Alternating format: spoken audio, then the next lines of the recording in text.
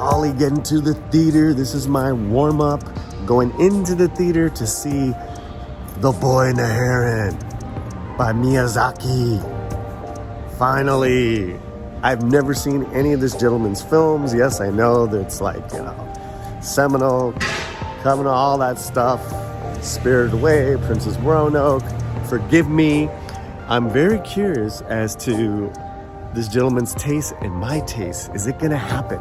Am I going to get it? Well, I'm excited. I'm very excited.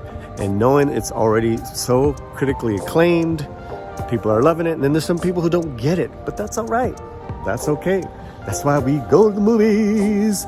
It's all subjective. So here we are. Cinemark. Let's do it. The Boy, the Heron. See you after the movie. Bus. What's happening, everybody? Getting out of the theater. The Boy and the Heron. Woo! Wow. Okay.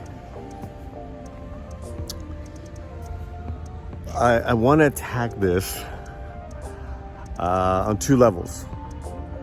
On one level, like a cinematic level, it is up there with Wizard of Oz, with an Alice in Wonderland, in regards to something so fantastical, creating universes in our dreams and our nightmares and our suffering and losses, and connecting people in our reality and how they manifest as different forms of themselves in that other world that is created. So on that, it's a simple masterpiece. It is a masterpiece that I need to see over and over again. And I think, for as long as I'm living in Cannes, I will check out something like this over and over again, sort of like I have with those films of my childhood that were just so satisfying on one level, and yet as I have gotten older, they've taken on such a deeper meaning. So hats off to the filmmaker, to Studio Ghibli, for creating such a unique, masterful piece of work that is just so incredibly different and strange and beautiful and at times scary and full of excitement as we follow this boy in his search for his mother. Now, on another level, this movie is incredibly tragic. Not just in the loss, right? The loss that we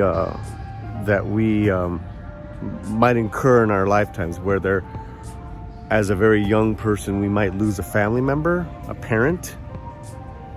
But as life goes on, how our memories fade of that person. And things change and they morph. I mean, it's deep. It is deep. And I think that people, listen, I'm just going to speak for me. As a person that has lost family members to people my age that were gone too soon, the longer that they're gone, their memories, my memories of them, have altered, and some have faded away. And that is a beautiful and yet very sad state that that we have as human beings. So that's what this movie brought up in me. That's what this movie brought up in me. And that is just like, again, something just so personal that this filmmaker created. My hat's off to him. you know, and it yeah, I got very melancholy, and that's okay. And that's okay. Listen, like I said, cinematically, animation, it was a trip. It was wonderful to watch. Did I get everything? No. But, you know, like those worlds that are created, I never got everything at once in Fantasia, or once in, like I said, Wizard of Oz, or Alice in Wonderland, and that's okay. You keep on going back and back to it. So, gorgeous film, deeply personal tale at the end of the day of how life moves on even after something so horrifically tragic that our lead character goes through in the real life, in our reality, and how he searches for meaning and for his family in another world, and how he comes back to this one. Very cool, very different, and I loved it on many different levels. So that is my review. Pretty non-spoiler, because honestly, it's on that tip. Yeah, the linear story is pretty simple, but there was so much going on. I was just like, whoa. All right. Well, if you're into this sort of like wild animation, I would see it in the theater. I wouldn't wait.